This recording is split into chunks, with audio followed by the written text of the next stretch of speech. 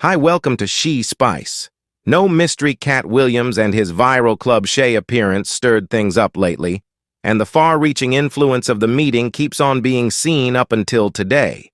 Aside from dissing a few of his big-name peers, the comic Common has endless other dubious takes, as per Jaguar. Wright Williams' disclosures may destroy him, so what precisely did she say during a new meeting with Genuine Creations? Wright pondered the extraordinary relationship beginning with how they initially met. She sat at a club on her 30th birthday celebration when the character moved toward her and gave her unpleasant lie $20,000 in real money. Think of it as an initial investment on your time. She recalls that him saying Puma professes to have gleaned some significant experience from Williams during their concise relationship a long time back. As a matter of fact, she says that she wouldn't be who she is without him. That showed me how to be Puma. Right? He showed me such a great amount in 9 months. She made sense of leaving was hard. Yet it was the point at which the Illuminati initially began coming after him, and I left. Wright proceeded to guarantee that at the time the Illuminati purportedly started chasing down Katt, which made him so unnerved that he laid down with a Kevlar, and I will always remember the day when they penetrated the house. And I left you realize that back at that time Katt was all the while where? In Kevlar abed. Now, although the cases have not been checked, there are sure Hollywood elites who have really undermined Katt Williams' life previously, and one of the occurrences includes Wanda Smith for setting the previous V1003 Atlanta radio personality. Wanda Smith had her own dangerous meeting with Williams during a 2018 episode of Candid and Wanda. In the first part of the day, Williams told Sharp that he was guaranteed prior to going on the show that we wouldn't discuss your children, we wouldn't discuss prison, no cases, and we wouldn't discuss any part of that. It didn't go down that way, prompting V1103's most elevated saw cut overwhelmingly. Williams was a visitor with the Comic Red Award, who was performing shows in Atlanta at the end of the week. The meeting would have proactively been critical in light of the shots Williams took at Jared Carmichael Lil, Kevin Hart, and Hannah Burrus. He had a drawn-out cut for Tiffany Gehenna, who was still extremely famous in 2018 thanks to her star-making turn in 2017's Young Ladies Trip. She'd been doing parody since she was 16. He said you can't let me know your number one Tiffany Haddish joke things among Williams and Smith. Began going from the rails when he offended her meeting style. Soon after Smith made the horrendous defect of guaranteeing Williams has a played-out perm, the fragment was practically done and Have Blunt Ski was prepared to trim for business. Yet politeness left the room and viral history was made. My hair is 19 inches long and I have no perm. Williams told her to come run one of your naked fingers through it. The put-downs just got further from that point. Williams advised Smith to eliminate her earphones and hairpiece, to which she advised him to remove the shape of the garments you got on. Williams answered by opening his coat to show that he was wearing a piece from what he asserted was an, at this point, delivered Versace assortment. Williams applauded at her with holler to the everlastingly 21 neckband assortment as he ski-bombed hopelessly at smothering his giggling to trim to business to save his co-have. Only one of us has $12 worth of gems. Williams said to have Wanda's adornments, kindly go to Citgo or Fast Excursion. Assuming you purchase 2 packs of Newport 100S, they will give you all that Wanda has on right now for $7.99, and it accompanies a free vehicle wash. Williams released a blast of weight jokes on Smith in the event that you can't get your pulse down and you can't quiet me down. He answered Smith, calling him Lil Mother. You presumably shouldn't discuss sizes. You're enthusiastic about the radio. He additionally shut down her idea that he invested energy in jail by advising us that he has 19 crimes and no convictions.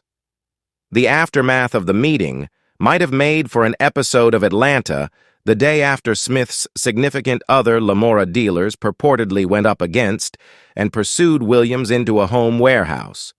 Williams told police that vendors pointed a firearm at him after the announced quarrel between Williams and Sir following the meeting. Smith tended to the 2 episodes on air. She described that, at the parody theater, Williams moved toward her, expressing, "I told you, screwing with me will make you famous online." This experience prompted vendors to chase Williams into a food station store because of legal limitations. Smith ceased to give extra insights regarding the quarrel anyway. She transparently examined the feelings she went after during her meeting with Williams. I sensed that from the very outset of his discussion, he had a plan to defy me, and it made me uncomfortable. Smith expounded that he was, by all accounts, focusing on me. I wasn't the kind of comic to take part in a to and fro when he began coming at me. It lost me. I didn't have the foggiest idea how to answer since I would have rather not taken part in that sort of discourse out of respect. I'm not playing casualty. Smith added, I'm not a clown like that, and I don't have any idea how to do that. He did it, won it, and lost me anyway. Wanda's better half rejected that. He pointed the weapon at cat merchants, straightforwardly confessing to seeking after Williams going to a close by the food warehouse general store, as he accepted Williams was obnoxiously attacking his better half with no defense. As per vendors, he saw Williams making an immediate methodology towards Smith outside the club, repeating his better half's record of the episode at first, tending to Smith with "there's the woman of great importance." Williams supposedly lit a cigarette and commented to Smith, I told you, meddling with me would make you turn into a web sensation. Merchants interceded as of now, exhorting Williams' brother, you want to find another thing to do as per dealers. Williams raised the circumstance emphatically. If you find something to do, I'll battle you. I'll battle your huge exploitive. Williams supposedly drew nearer to merchants in a strained conflict. Vendors was quite big at 370 LEBs and remaining at 6'2", contrasted with Williams, who started progressing towards the humorist. Williams, perceiving the danger, quickly escaped towards the food station, regardless of the endeavors of a guardian to mediate merchants in. The guardian wound up in a fight in the midst of the disorder. Vendors referenced that his weapon dropped out of his belt and onto the ground. Seeing this, Williams kept on running into the store. Dealers declared that he immediately recovered the firearm and continued the pursuit. Inside the food warehouse at the register region, vendors saw that Williams had withdrawn into the paths. Perceiving the consideration from spectators, dealers chose to de-escalate the circumstance. I wasn't attempting to create a disturbance, dealers made sense of.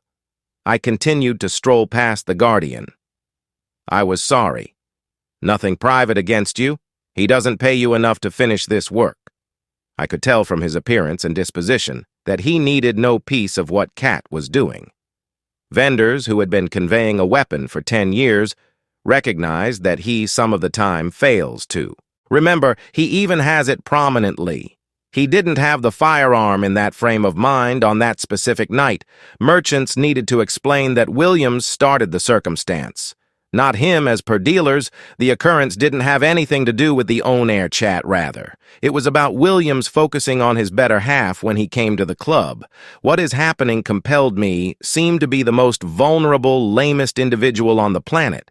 Vendor communicated, it made me seem as though I lashed out in EHT of the fact that my better half got broiled by Katt Williams on the air. It didn't have anything to do with what was broadcasting live. That is what entertainers do when he came to the club. He designated my better half as a man. I'm not fabricated like that. I could never allow that to happen. I need to safeguard my significant other. I wasn't searching for struggle. I simply believed he should keep it moving. He decided to do various dealers wed Smith for a long time. He believes that Williams purposely worked up dramatization to earn consideration for his forthcoming visit, and Netflix is unique in his record to the Gwinnett Province Police. Williams declared that dealers pointed a firearm at his face anyway. The food terminal video, however deficient with regards to the film of the squabble outside the club, uncovered no noticeable gun. He never saw the barrel of the weapon, vendors explained. The video shows I didn't have anything in my grasp. I had pushed it back into my midsection when addressed by TMZ photographic artists. Williams abstained from making a conclusive proclamation about the episode and, on second thought, questioned, assuming somebody took out a weapon, how could you do that? On the off chance that it's not to shoot someone, what is it about whether or not he frightens effectively? Williams answered positively, saying, okay, and the kickback was serious to the point that Wanda was even discharged from the show in January 2019. Months after the portion, the justification for what reason was never affirmed openly, yet many guess it had to do with Smith's Lil Mom remarks and her endeavors to castrate Williams on the radio in a city notable for its dark gay male populace. It's an exceptionally dainty line, yet this woman is attempting to humiliate me before a general headquarters. That is the reason she got dropped. Williams told sharp gay individuals don't take it generously that you would, as a disparaging term, call me gay regardless. Such fights aren't anything bizarre to Katt Williams anyway. What he finds peculiar is, subscribe She Spice for more videos.